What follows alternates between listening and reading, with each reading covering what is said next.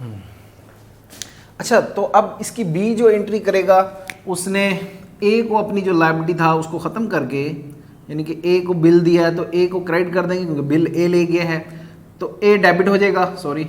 और इसकी जगह हमने लायबिलिटी के लिए क्रिएट कर देनी है बिल्स पेएबल, जो होगी हमारी 10,000 की। लेट्स सपोज करते हैं ये 1 अक्टूबर 2021 को हुआ है, ये 1 अक्टूबर 2021 को हमारी ये ट्रांजैक्शन यानी कि बिल हमने दिया है और उसने एक्सेप्ट करके हमें वापस कर दिया है। अब होता क्या है कि बिल चला गया, अब इस मुकर्रर डेट पे हमने इसकी से पेमेंट लेनी। अब मुकर्रर डेट बनती कब है? वो बनती है 1 जनवरी 2022, ठीक है। 22 में अब हमने इससे 1 जनवरी 2022 में हमने इससे पेमेंट वसूल करनी है, यानी कि अक्टूबर, नवंबर, दिसंबर, ये हमारे पास 3 मंथ बनते हैं और फर्स्ट डेट हमारी 1 जनवरी की हमने इसकी पेमेंट वसूल करनी है।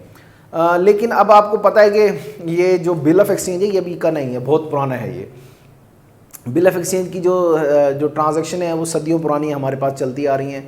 आपने इसका वर्ड सुना होगा, हुंडियाँ, ये हमारे पास चलती हैं। जब एक साहूकार दूसरे पास के पास, यानी कि एक ताजिर दूसरे ताजिर के पास जाते थे तो वो डीलिंग करते थे, तो उनसे जब पेमेंट वसूल करनी होती थी तो वो उधार पे कर लेते, तो हम हुंडियाँ एक दूसरे पे जारी कर दिया करते थे।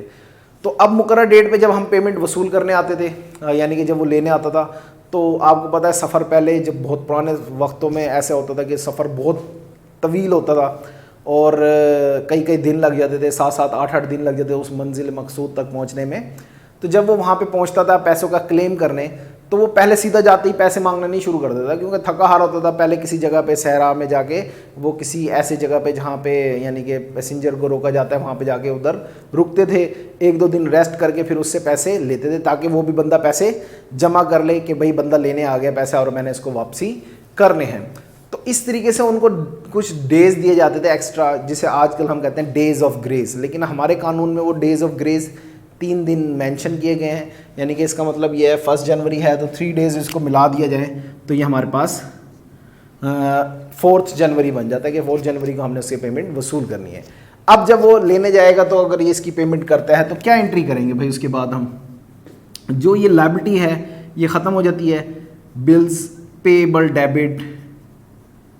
और क्या पे किया इसने? कैश पे कर दिया। तो कैश अकाउंट को हम क्या कर देते हैं? क्रेडिट कर देते हैं 10,000 से, ठीक है। अब ये क्या करता है, इसके पास अगर इसने पे किया तो इसने वसूल किए होंगे, तो इसके पास कैश आया होगा, कैश अकाउंट डेबिट।